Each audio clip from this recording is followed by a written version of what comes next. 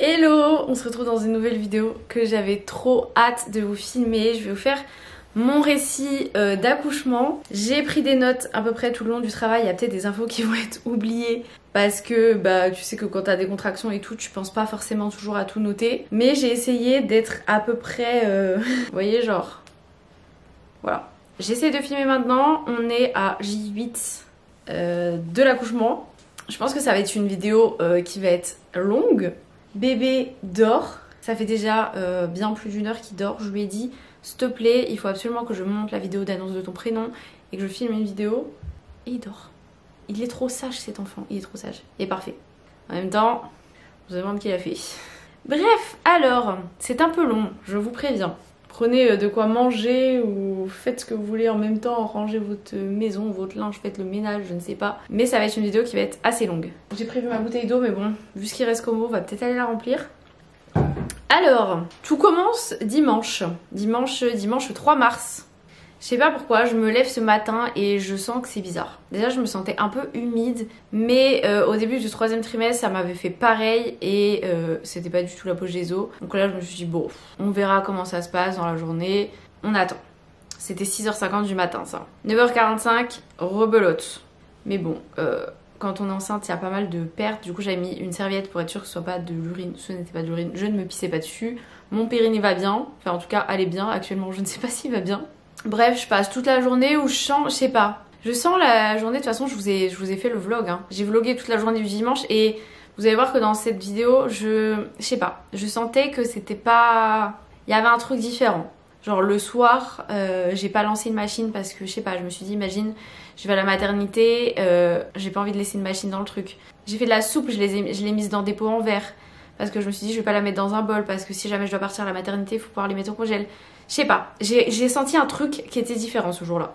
21h45, je commençais à avoir pas mal de petites contractions, mais rien de régulier. Donc du coup, j'ai pris du Spasfon parce que de toute façon, si vous avez des contractions, que vous allez à la mater, on va vous dire, est-ce que vous avez pris du Spasfon? 22h50, la douleur commençait à monter. J'étais à peu près à 6/10 et j'ai perdu un peu du bouchon qui était un peu rosé sang. Et j'en avais perdu sur la journée, je crois, mais qui était pas rosé et sang, c'était normal, on va dire. J'ai essayé de me poser dans mon lit, donc voilà, ce jour-ci, si j'avais su la veille que c'était ma dernière nuit dans mon lit et qu'après j'allais passer une semaine à ne pas dormir dans mon lit, j'aurais mieux profité. Mais bon. 00h30, du coup, je me pose sur le ballon parce que impossible de tenir en position allongée. J'avais trop mal, que ce soit sur le côté, sur le dos, peu importe.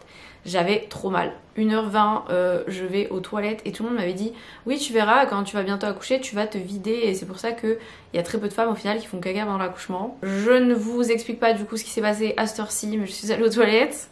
Vers 2h, j'avais des contractions à peu près toutes les minutes. Du coup, j'avais envoyé un message à Seb parce que c'était peut-être Seb qui devait m'emmener et je lui avais dit est-ce que t'es réveillée? Il m'avait dit oui, t'inquiète, je prépare ma valise parce qu'il devait partir en vacances quelques jours après et il m'a dit je suis prêt, t'inquiète, mon téléphone de toute façon il est... De toute façon tous mes potes avaient leur téléphone pas en silencieux puisque la personne qui m'accompagne à la maternité, on en reparlera plus tard, n'a pas le permis. Donc c'est bien mais du coup c'est pas moi qui vais conduire, avec des contractions c'est pas possible. Bref, je discutais avec Fanny par message et elle me dit si tu veux, écoute, moi je dors pas, en ce moment je m'endors tard, donc si tu veux, je viens à la maison, comme ça si jamais il y a besoin de vous emmener, je suis sur place. 6h45, ça ne passe toujours pas, je ne dors toujours pas, je décide de prendre un petit bain parce que tout le monde dit que prendre un bain chaud ça fait du bien. Vers 8h15, j'avais des contractions à peu près toutes les 3 minutes, donc je peux vous dire que 3 minutes ça revient très vite. Mais à 11h, j'avais rendez-vous à la maternité pour un contrôle, donc ça tombait plutôt bien. J'avais hésité à partir un peu avant la maternité et finalement je me suis dit vas-y je supporte et tout et on attend 11h le rendez-vous. Le rendez-vous se passe bien, il me dit quoi? Le monito, tout était nickel, enfin bref, dans le rendez-vous tout était nickel. Mais si, il a contrôlé mon col, mais mon col était fermé. Non, mon col était encore fermé mais mon col était bien raccourci, il m'a dit. Lille parce que c'était un sage-femme. Ensuite on rentre à la maison, j'avais pas très faim, je me suis un peu forcée à manger. Il y a Ombre qui vient aussi en début d'après-midi. Vers 14h30 j'ai essayé d'aller me coucher, j'ai réussi à dormir pendant genre à peu près 1 heure, entrecoupée hein. Et vers 16h45 je me réveille parce que j'ai des contractions hyper douloureuses et ça m'empêche de dormir. Vers 18h10 je reprends du coup un bain parce que les douleurs ne passent pas. À 22h30 j'essaie de manger parce que j'avais du coup quasiment rien mangé. Enfin j'avais mangé midi mais c'est tout.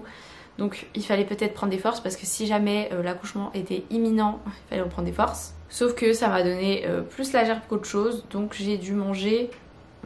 Fanny avait pris Subway midi et je crois que du coup j'avais mangé deux cookies, je sais plus. Qu'est-ce que j'ai mangé? Enfin bref, en tout cas ça m'a donné la gerbe. 23h30, j'essaye d'aller au lit avec une petite bouillotte parce que franchement c'était le ballon, je commençais à en avoir marre, j'avais mal aux fesses et tout. Sauf que 10 minutes plus tard, impossible de me poser, j'avais trop mal. Donc je retourne sur mon petit ballon, vraiment j'ai vécu sur le ballon pendant plusieurs jours. Minuit, je décide de reprendre un bain. Vers 2h45, j'arrive à m'installer à peu près bien sur le canapé et à me poser un peu. Et ensuite j'alterne. En fait j'alterne clairement entre je dors un peu, j'ai des contractions, je vais sur le ballon, je me remets sur le canapé, je vais sur le ballon, enfin on alterne un peu tout ça et je perds encore du bouchon muqueux, pas mal de bouchons muqueux. Et ça jusqu'à midi le lendemain où je réussis pareil à me reposer un petit peu, à faire une mini sieste mais vraiment genre... En fait vu que j'avais des contractions quasi toutes les 5 minutes, t'as l'impression que tu t'assoupis genre 5 minutes même pas et rebelote. Ah non, c'est là, après ça, que je mange du coup les cookies. Ensuite, la journée se passe, on continue, ballon, machin, contraction, bref. Vers 18h, je prends un bain. À 19h10, j'avais super mal. Même le bain, ça calmait rien du tout. J'avais trop mal pour rester dans le bain, donc je sors du bain. Et je me mets à nouveau sur le ballon. Vers 21h30, 22h, Fanny revient à la maison pour nous emmener du coup à la maternité parce que je n'en pouvais plus. Donc là on était le mardi soir. Vous voyez ça a commencé dimanche, hein. On est mardi soir déjà. Donc j'arrive vers 23h à la maternité, on fait un monito qui est plutôt bon. Elle me donne Spasfon, Doliprane, mon col il est ouvert à un doigt effacé. Donc à minuit 40, il nous laisse plusieurs choix. C'est soit il nous garde à la maternité, soit je vais marcher 2 heures et on réévalue dans 2 heures, soit je rentre à la maison. Je ne voulais pas rentrer à la maison parce que je commençais à en avoir marre, je n'arrivais pas bien à gérer ma douleur à la maison, j'en pouvais plus. J'avais besoin, je sais pas, de calme, d'un autre environnement. Enfin je voyais pas ce que j'allais faire de plus à la maison et que si jamais le travail s'enclenchait un peu plus vite, autant que je sois direct à la mater. J'avais juste besoin de dormir, j'étais crevée. Fanny a dû partir parce qu'elle nous attendait dans le hall, sauf que le mec de la sécurité a dit bah non, la nuit elle peut pas rester quoi. Une personne qui m'accompagne mais c'est tout. Donc du coup bah Fanny prend un Uber ou je sais plus quel taxi, bref, rentre ici pour être dispo au cas où s'il faut venir nous chercher. Je marche 2 heures, je n'en peux plus. Il faisait tellement chaud dans l'hôpital et dehors il faisait tellement froid. Je faisais des allers-retours vers le sas où on rentre pour les urgences la nuit et tout, pour ouvrir un chouille, que la porte s'ouvre un chouille, que ça me fasse un peu d'air frais. Enfin, franchement, vous allez voir sur la vidéo d'annonce, on me voit un petit peu marcher, genre ça se voit que je suis au bout de ma life. J'en peux plus, c'est super dur de marcher quand t'as des contractions. Parce que quand j'avais une contraction, il fallait absolument que je me pose à un endroit où je pouvais me plier un peu comme ça. Et quand tu sens que la contraction elle arrive et que t'es loin d'un endroit qui est comme ça, t'essaies de marcher vite. Mais marcher vite avec une contraction, c'est horrible. Donc du coup, je faisais des petits tours. Et un endroit où il y avait des petites rambardes, donc je faisais un tour vers le frais et vite je revenais vers la rambarde pour être à peu près au moment de la contraction sur la rambarde pour pouvoir me poser. Tout un truc hein. J'avais pas faim du tout, j'avais pas mangé de la journée. Enfin, du coup j'ai pris une petite vitelle à la fraise, ça me faisait un petit goût de sucre, sauf que en fait avec le sucre, bébé bougeait de ouf dans mon ventre et en fait les contractions plus le fait qu'il bougeait, il bougeait sans cesse hein. C'était vraiment genre il bouge. Et du coup, les contractions, plus le fait qu'il bouge à mort, ça me faisait tellement mal. Tellement mal. Je jure que je regardais tout le temps ma montre, j'étais là, oh c'est quand que ça fait 2 heures? Elle nous avait dit 2-3 heures, je peux vous dire qu'à 2 heures tout pile, j'ai dit, viens s'il te plaît, on redescend en salle d'ac, je n'en peux plus. Et là, du coup, 3 heures, elle m'examine, elle me dit, votre col est toujours ouvert à 1, mais à un peu plus, 1,5. J'étais là genre, j'ai marché 2 heures, j'ai souffert comme ça pour que ça ouvre un demi-doigt genre. J'étais un peu dégoûtée. Elle a bien vu que j'étais au bout de ma vie, que j'en pouvais plus, qu'on était fatigués. Donc elle nous installe en salle de pré-travail dans la salle nature en fait. Et là genre j'étais trop contente que cette salle soit dispo parce que c'était sur mon projet de naissance et j'avais trop envie de tester cette salle.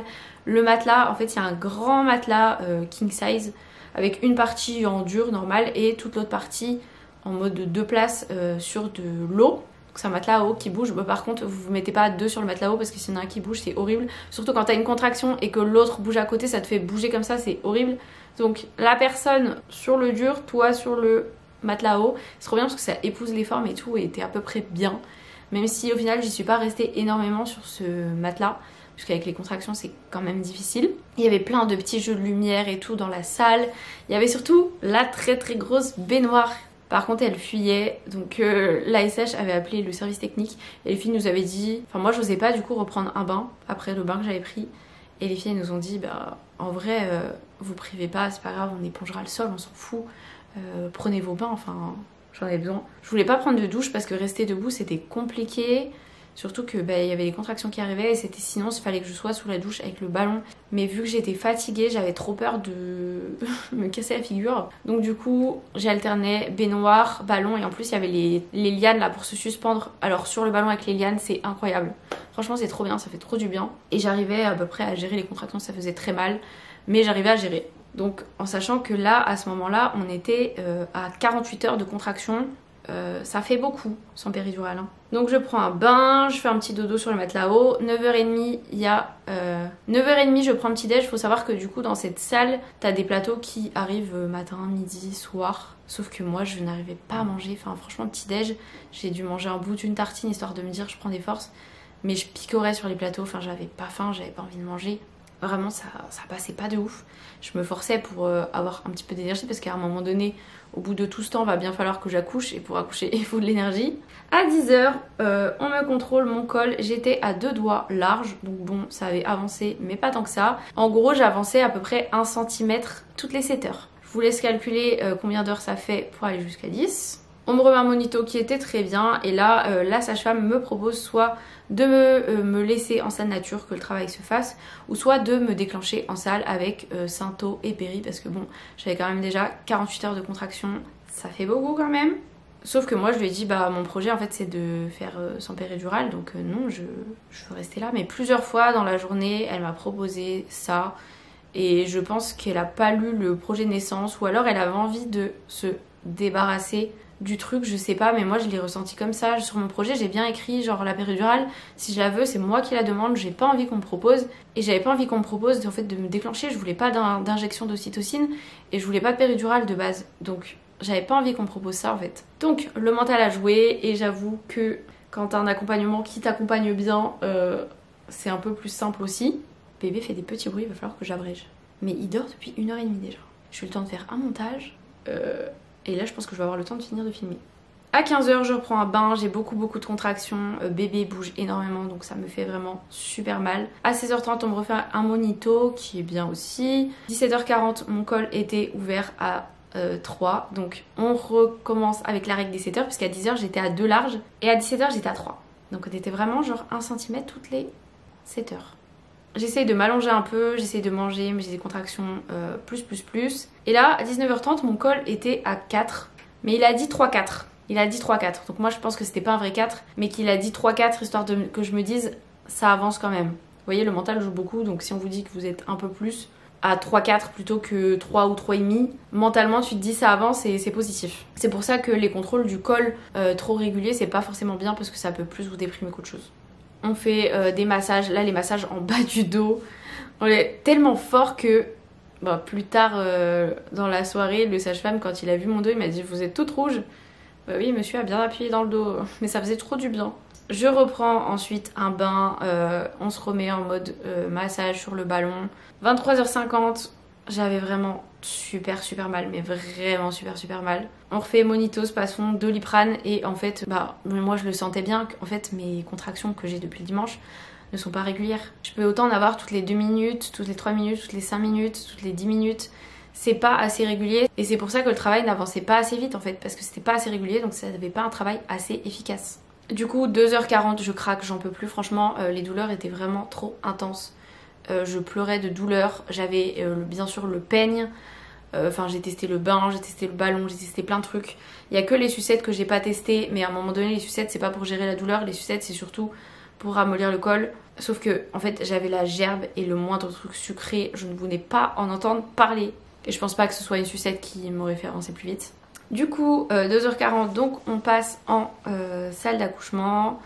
Je prends la péridurale, voilà, je craque. Franchement, quand j'ai dit aux sages-femmes, c'était un garçon encore, je veux la péridurale. Après, je suis allée dans la salle de bain, je faisais mes affaires et je pleurais, genre je pleurais. Parce que pour moi, c'était un peu genre un échec. Mais en même temps, le sage-femme m'a bien rassurée, il m'a dit, mais vous avez totalement raison. Il m'a dit, ça fait plus de 72 heures que vous avez des contractions, que vous gérez sans péridurale, c'est pas un échec de la demander maintenant parce que j'ai quand même eu 3 jours où j'ai réussi, donc c'est énorme puisque il y a beaucoup d'accouchements qui durent bien moins que 3 jours, donc si ça avait duré moins longtemps, j'aurais pu supporter jusqu'au bout. Sauf que là, c'était trop long, ça n'avançait pas et j'étais fatiguée. Et quand t'es fatiguée, gérer la douleur, ça devient très compliqué. Donc c'était pour moi quand même un échec parce que c'était pas ce que je voulais. Mais il m'a quand même dit de prendre ça comme une victoire parce que plus de 72 heures à gérer des contractions sans péridurale, c'est une petite victoire. Et d'ailleurs, il y a des gens en live l'autre coup, enfin il y a une fille en live particulièrement qui m'a dit mais c'est impossible de gérer des contractions aussi longtemps sans péridurale. Bah frérot, t'es dans mon corps, tu ressens la douleur. J'ai plutôt une résistance à la douleur qui est assez forte. J'arrive plutôt bien à gérer la douleur dans la vie de tous les jours. Donc écoute, si c'est possible quoi. Je n'ai pas inventé l'histoire, hein, je n'invente pas mon accouchement là, ça s'est vraiment passé comme ça. 1 heure plus tard, pour que le truc avance, il me propose de me percer l'apogéso. Enfin, il me propose pas vraiment, il me dit on va percer l'apogéso. Moi, dans mon projet de naissance, à la base, c'était un non. Là, je peux vous dire que j'étais au bout de ma life. Je n'en pouvais plus, donc j'ai dit go, faites, je n'en peux plus, il faut abréger le truc là, je n'en peux plus. Donc du coup, il perce la poche des os, ça se passe très bien. La pose de la péridurale, moi je m'étais pas forcément trop préparée du coup parce que c'était pas le projet. Ça s'est bien passé, ça fait pas forcément mal. Franchement, y a pas de quoi avoir peur de la péridurale. Hein. Là-bas c'est trop bien parce que du coup la personne qui accompagne peut être là pendant la péridurale, donc ça c'est cool. Vers 3h40, j'ai une grosse baisse de tension. Mais je pense que c'est, je sais pas si c'est parce que la poche des os était bien percée et que ça s'est bien vidé, mais j'ai eu une baisse de tension, j'étais allongée. Hein.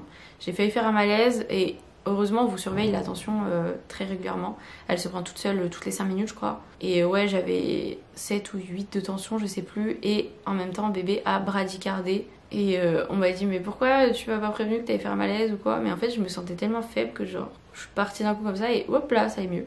Vers 4h40, je contractais plus, mais mon col avait pas assez bougé, donc du coup, ils me font une injection de Synto, donc d'ocytocine, de synthèse. Je ne voulais pas, mais à un moment donné, il faut quoi. À 5h25, ils me disent que bébé ne bouge plus assez, qu'il bradycarde pas, mais que son cœur il est assez bas. En fait, c'est en gros, il dort trop et il bouge quasiment plus. Mais Bichette...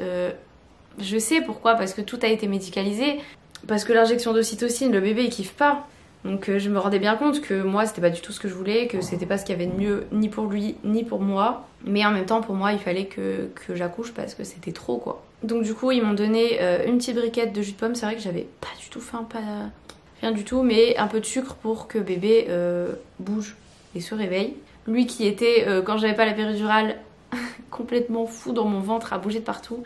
Là avec la péridurale c'était... Enfin je pense que c'est surtout l'injection d'ocytocine puisque l'injection d'ocytocine ça provoque des contractions qui sont bien plus régulières, bien plus douloureuses et ça laisse moins de temps de repos pour le bébé. Moi j'avais la péridurale donc je ne les sentais pas mais lui il devait subir des contractions hyper rapprochées, hyper violentes on va dire et il avait pas beaucoup le temps de se reposer en fait. Donc peu étonnant qu'il ne bouge pas trop. À 6h, on essaye un changement de position. Mon col était ouvert à 5. 7h30, il y a la sage-femme de jour du coup qui arrive, plus l'étudiante sage-femme qui me font un petit vidage de vessie, donc un sondage évacuateur. Donc c'est une petite sonde qu'ils mettent dans l'urètre. Ils vident la vessie parce que quand vous avez péridurale, vous faites pas pipi, vous ressentez pas l'envie de faire pipi, vous pouvez pas forcément vous lever. Moi, mon dosage de péridurale, clairement, il était bien. Je pense que j'aurais pu marcher parce que je sentais vraiment bien mes jambes. Quand elle me demandait de lever les fesses ou de me bouger dans le lit, nickel. Donc je pense que j'aurais pu marcher. Mais j'étais tellement fatiguée que non, pas envie. Mon col était à 6. Par contre, le col était bien tonique. Elle m'a donné du space-fond pour essayer de détendre le col. On a changé encore de position. Vers 7h45, il y a l'auxiliaire qui vient pour nous faire remplir tous les papiers pour bébé, le test de Guthrie, le choix de la chambre, etc. avec une étudiante auxiliaire qui voulait être présente pour l'accouchement. J'ai dit pas de soucis. Et je sais plus si c'est à ce moment-là ou si c'est avant, mais si ça doit être quand je change de position. Là je me rends compte que la péri elle est plus branchée. Genre c'est plus branché. Et je dis c'est débranché. Et là vous savez ce que j'ai eu peur, j'ai trop flippé qu'il y ait grave de l'air qui soit rentré dans le truc et qui soit passé dans mon cathéter. En plus je commençais à me sentir vraiment pas bien. Genre j'avais grave envie de vomir. Donc j'ai demandé un petit haricot au cas où je vomisse. Je me sentais vraiment genre nauséeuse et pas bien. Et j'ai l'impression que ouais, que j'avais genre petite baisse de tension, je me sentais vraiment pas bien. Et je me suis dit, oh là là, à tous les coups, c'est un truc que, je sais pas, vu que ça s'est ouvert, c'est pas censé s'ouvrir. Tout le monde, il y a de l'air qui est rentré, je vais mourir, je sais pas, je me faisais des films dans ma tête. Du coup, elle me rebranche la péri, sauf que en fait, je pense que ça ne s'est pas juste débranché au moment où elle m'a tourné, mais ça s'était peut-être débranché avant. Peut-être au changement de position d'avant, parce que sinon, moi, je ne bougeais absolument pas dans le lit. Donc, ouais, c'était mal vissé ou j'en sais rien. Mais parce que du coup, je commence à tout ressentir. Mais je recommence à vraiment tout ressentir. Et les contractions avec l'ocytocine sont hyper rapprochées. Et je les sens. À un moment donné, je me mets à pleurer tellement j'ai mal. Parce que les contractions, elles sont très très fortes, très très rapprochées. Et la péridurale, soit elle fonctionnait plus, soit du coup, bah, il y a eu une grosse pause sang. Donc j'avais quasiment plus de péridurale et ça faisait trop trop mal. Du coup, je l'appelle. C'est l'auxiliaire qui vient. Elle me dit, bah, vous pouvez appuyer sur le bouton. Personne vous a dit. Et en fait, personne m'avait dit que j'avais le petit bouton pour régler la péridurale. Je savais pas du tout. Moi, je pensais qu'il m'avait mis une dose continue et que j'avais rien à gérer. Mais en fait, j'avais ce petit bouton, mais je savais pas. Donc, elle appuie une fois. Après, ça passe toujours pas. Quand la sage-femme, elle revient, elle rappuie une deuxième fois dessus. Parce que ça passait vraiment pas. Et moi, j'essayais de supporter comme ça, alors que je pouvais juste appuyer sur le truc. Mais je m'étais dit, si à un moment où je dois accoucher, j'ai pas envie que la péridurale soit trop dosée. Donc, je préférais supporter que rappuyer sur le bouton. Sauf qu'elle, elle me dit, mais vous en pouvez plus là. Du coup j'ai dit allez rappuyer. Bébé commençait donc à en avoir marre, donc elle fait une pause de l'ocytocine pour arrêter ses contractions qui sont en fait beaucoup trop rapprochées, beaucoup trop douloureuses et pas forcément plus efficaces que ça. Mon col était toujours ouvert à 6. Du coup à 9h elle décide de me mettre une sonde urinaire, donc cette fois-ci pas juste une petite vidange mais mettre une vraie sonde urinaire pour que ma vessie soit vidée en continu et que le poids de la vessie n'appuie pas en bas et que du coup ça bloque pas le passage de bébé ou l'ouverture du col. Et elle me remet un produit en plus de la péridurale pour me détendre, plus un bolus, mais un bolus directement dans la péridurale pour me soulager parce que je pense qu'il y a eu une bonne pause de péridurale et du coup bah j'ai dû subir ce déclenchement à un moment donné sans péridurale et je peux dire que c'était horrible. Donc je comprends celles qui disent que quand t'as un déclenchement c'est très dur sans péridurale parce que c'était costaud, très costaud. À 9h30, clairement, je m'endors. Je sais pas c'est quoi comme produit exactement qu'elle m'a passé pour me détendre, mais j'étais dans les vapes. Oh, j'étais dans les vapes. J'étais complètement perchée. J'avais l'impression d'être bourrée. C'était... J'ai pas trop aimé cette sensation. J'ai vraiment pas aimé. J'avais des fourmis dans les jambes de ouf. Suivant les positions, mes jambes... mais ça, c'était déjà un peu avant parce que quand elle m'a posé la sonde urinaire, ma jambe, elle faisait comme ça. Genre, j'étais... Je sais pas. J'ai pas kiffé ce moment. J'ai kiffé le moment du début où la péri était bien dosée et tout, mais l'après j'avais l'impression de ne plus rien contrôler. Genre, je sais pas, mon corps ne m'appartenait plus, clairement. D'où le fait que je voulais éviter la péridurale parce que là, tout ce que j'étais en train de vivre, c'est tout ce que je ne voulais pas vivre. Mais bon. À 10h, la gynéco arrive. Il faut savoir que ma gynéco est une perle parce que ma gynéco ne bossait pas cette nuit-là et ma gynéco avait mis son téléphone en mode sonnerie et si jamais j'accouchais dans la nuit, c'était elle qui allait se déplacer parce que là où j'accouche, c'est les gynécos qui font l'accouchement. Elle était prête à se déplacer dans la nuit alors qu'elle bossait pas pour m'accoucher parce que j'étais sa patiente. Franchement, cœur sur elle parce que je l'adore, elle est trop bien. Et du coup, elle arrive donc pour m'examiner, elle soulève le drap et là, elle dit à la sage-femme vous m'aviez pas dit qu'il y avait ça. Et la sage-femme lui dit bah il y avait pas ça tout à l'heure. Et là dans ma tête genre je me suis fait 1000 films. Je me suis dit attends, ça quoi? Il y a la tête du bébé, ça il y a du sang, ça il y a quoi? Il y a quoi? Parce que moi je sens pas, je vois pas ce qui se passe là-bas. Et là du coup elle me dit qu'il y a un liquide méco, c'est-à-dire que le bébé a fait son premier caca dans mon ventre, ce qui veut dire qu'il a été stressé, ce qui veut dire aussi qu'il faut accoucher très vite parce que il peut inhaler, ce qui veut dire qu'au moment de la naissance il peut aussi inhaler, ce qui veut dire qu'il peut mal respirer à cause de ça ou avoir des antibiotiques, chose qui doit être fait en néonate, enfin bref. Je me voyais déjà partir en néonate, que ça se passe mal la naissance ou qu'il ait besoin d'aide pour respirer, enfin bref. Du coup, elle dit qu'il faut accoucher maintenant et elle examine le col. J'étais toujours à 6 et bébé avait la tête qui regardait vers le haut. Ouais, c'est ça, qui regardait le ciel et qui avait le dos à droite, ce qui fait que c'est une très mauvaise position pour descendre dans le ventre. Il avait déjà eu cette position pendant la grossesse. Elle m'a donné des exercices à faire en se mettant à quatre pattes et tout pour qu'il se remette un peu plus au centre. Et l'écho d'après, bah, du coup, il avait le dos à gauche donc c'était un peu mieux. Mais là, il s'était remis dans cette position. Du coup, elle a essayé de le tourner. Alors là, je me suis dit, Dieu merci, j'avais la péridurale à donf, j'étais détendue là, avec l'autre médicament qu'elle m'avait donné parce que je sais pas comment elle a fait. Je voyais pas ce qui se passait en bas, j'étais pas concentrée là-dessus. Mais du coup, elle essayait de tourner la tête et la sage-femme, à travers mon ventre comme ça, essayait de choper l'épaule pour faire un demi-tour. Elles ont réussi à faire un demi-tour et bébé direct a fait... s'est remis dans la position. Mais comme m'a dit ma sage-femme qui passe à domicile, quand t'essayes de tourner la tête et tout, bah forcément le reste du corps ne suit pas forcément. Donc le reste du corps, bah il se remet dans sa position, ou alors ça se trouve il avait pas de place à l'intérieur, ou il y avait le cordon qui était d'une certaine façon qui fait qu'on pouvait pas le retourner, enfin bref. Ça n'a pas fonctionné le retournement en tout cas, mais avec toutes ces manips à mettre ses mains dans moi, je ne sais pas comment elle a fait. Je suis désolée si le cadrage ou la luminosité a changé, sauf que en fait entre temps ma carte SD était pleine, donc le temps que je la décharge, ensuite c'est passé plusieurs heures et me voilà de retour pour la fin. En plus il me restait vraiment pas grand chose à vous filmer, puisque on en était au moment où je vous disais que avec ces manipulations, la gynéco, à la base mon col était ouvert à 6, mais avec tout ce qu'elle a fait, mon col s'est ouvert à 10, et du coup j'étais là genre waouh, ça veut dire que là bientôt... Sauf que comme je vous l'ai dit, bébé n'était pas dans une bonne position. Mais comme le liquide était méconial, elle a dit on va essayer de pousser. Donc du coup, on essaie de pousser. Alors au début, je pousse n'importe comment. Elle me disait là, vous poussez pas du tout au bon endroit. Vous poussez dans la gorge. J'étais là, mais en fait, je suis shootée avec les médicaments. Je ne ressens plus rien en bas. Donc c'est super dur de pousser à un endroit où tu ne ressens pas. Ensuite, je réessaye. Et là, elle me dit vous poussez bien. Sauf que bébé ne descend pas parce que la position... de sa tête fait que ça bloque. Donc du coup elle me dit par contre dans une demi-heure faut qu'il soit né. Donc elles m'ont laissé en position, une position où j'avais les jambes bien écartées d'une façon à ce que le bassin soit bien ouvert pour que sa tête puisse descendre. Elle m'a dit on vous laisse dans cette position là, c'est pas forcément hyper confortable mais on vous laisse dans cette position là voir si la tête s'engage un peu, si elle plonge, elle disait le mot.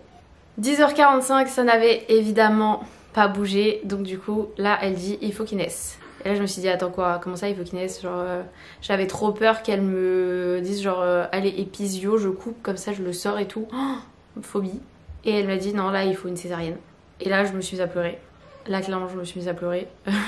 Parce que alors j'avais imaginé peut-être prendre la péri si j'avais mal. Je savais que le risque de césarienne existe, je bosse en néonat, je vois des mamans accoucher, enfin je les vois pas vraiment accoucher mais j'entends tout ce qui se passe en salle de naissance. Et je sais que la césarienne c'est une éventualité, mais je pensais pas que ça allait finir en césarienne, et en plus en césarienne d'urgence comme ça. Donc du coup je me mets à pleurer, voilà. Elles étaient toutes mimi parce qu'en gros donc on te transporte en brancard, donc j'étais allongée comme ça en train de pleurer avec des gens partout là qui m'emmènent, qui me disent allez hop brancard, allez l'accompagnant hop on va l'habiller pour qu'il puisse venir au bloc avec vous machin, truc, on me met dans la salle de bloc, on me peinture de bétadine machin. Hop, on met des électrodes partout, hop, un bras là, t'es comme ça. On te met des produits, ils mettent des antibiotiques, ils réinjectent de quoi bien t'endormir pour que tu sois vraiment bien endormi au niveau du bas parce que je sentais quand même mon ventre encore. Enfin voilà, tout se fait très très vite, c'était une césarienne du coup code orange, donc je crois que le bébé doit sortir en moins de 20 minutes ou 30 minutes, je sais plus. D'ailleurs, peut-être que vous l'entendez. J'ai dit je finis de filmer ma vidéo. Est-ce qu'on peut filmer ? Du coup j'ai pu être accompagnée au bloc et ça c'est trop bien dans cette maternité, franchement c'est top. Et ils me font la remarque de vous avez des ongles, comment on va mettre la SAT. Ces deux ongles étaient émis, hein, là ils sont tombés. En salle d'ac, on avait mis au pied et des fois ça marchait à la main, mais là elle me disait mais vous êtes au bloc, vous avez des piercings, vous avez des ongles, votre anesthésiste il vous a pas dit qu'il fallait enlever ça et tout. Mon anesthésiste ne m'a absolument rien dit, elle m'a dit quand l'anesthésiste va venir vous allez vous faire disputer tout ça. Elle disait ça un peu en rigolant hein. Et l'anesthésiste est arrivé et dans mes souvenirs c'est l'anesthésiste que j'avais vu en consultation. Donc est-ce qu'à votre avis il m'a dit quelque chose? Pas du tout, il s'en foutait complet de mes ongles et de tout le truc. En gros elle a annoncé on part en césarienne, il était 10h47 parce que j'ai envoyé un message à mes parents et tout, j'ai dit on part en césarienne 10h47 et à 11h07 Alec était né, voilà.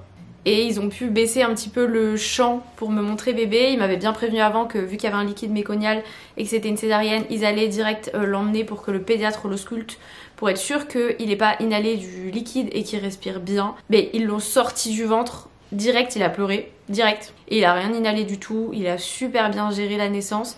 Donc ils ont dû l'emmener quoi 30 secondes et après directement ils l'ont posé sur moi en peau à peau pendant qu'on me recousait avec des couvertures chaudes et tout. Enfin franchement c'était trop bien.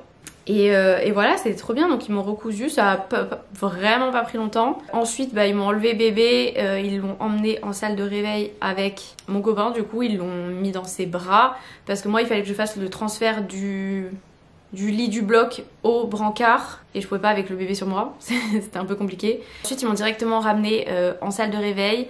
En salle de réveil ils m'ont mis bébé en peau à peau, on a pu faire la tétée d'accueil, il a super bien tété, c'est d'ailleurs sa meilleure tétée des 2 premiers jours je pense parce qu'il a tellement bien tété. Les tétées d'après on était là mais pourquoi t'as grave géré la première et les autres c'est plus compliqué. Mais bon ça je vous en reparlerai dans une autre vidéo, c'est pas le sujet, c'est pas l'accouchement. Donc vers 11h45, voilà, on a fait la petite tétée d'accueil. Après, ils lui ont donné de la vitamine K et tout et tout. On a attendu 2 heures en salle de réveil. Et puis on a pu monter dans notre chambre. Direct en revenant, il y a Ambeline qui nous attendait déjà devant la mater, qui était prête au moment où on rentre dans notre chambre à venir nous voir. Elle nous avait ramené des gros burgers, sauf que l'offre de salle de réveil, elle me dit par contre vous avez pas le droit de manger avant 15h. Et c'est purée, yaourt... Poisson purée yaourt, PPY, le repas, à 15h. Donc moi j'étais là, je les regardais manger leur burger et je mangeais mon poisson purée. Donc voilà, j'ai mangé mon burger du coup le soir. J'avais le droit après à 20h, je sais plus, non, je sais plus à partir de quelle heure que j'avais le droit de remanger un vrai repas. Donc j'ai mangé mon plateau et après j'ai mangé le burger plus tard vers 22h je crois. Pile quand on a fini, tiens. Il y a de l'orage dehors aussi. Ma sonde urinaire, on me l'a enlevé en salle de réveil et ensuite il fallait que je fasse pipi 2 fois avant 20h pour pouvoir m'enlever le cathéter. Je suis désolée, il m'appelle, je vais devoir y aller. Mais voilà pour mon accouchement, j'espère que la vidéo vous aura plu. Si vous avez des questions, n'hésitez pas à me poser ça en commentaire. Peut-être que je vous ferai une FAQ accouchement. Et là je vais aller nourrir bébé. Voilà, je vous fais de gros bisous et je vous dis à plus tard pour une prochaine vidéo.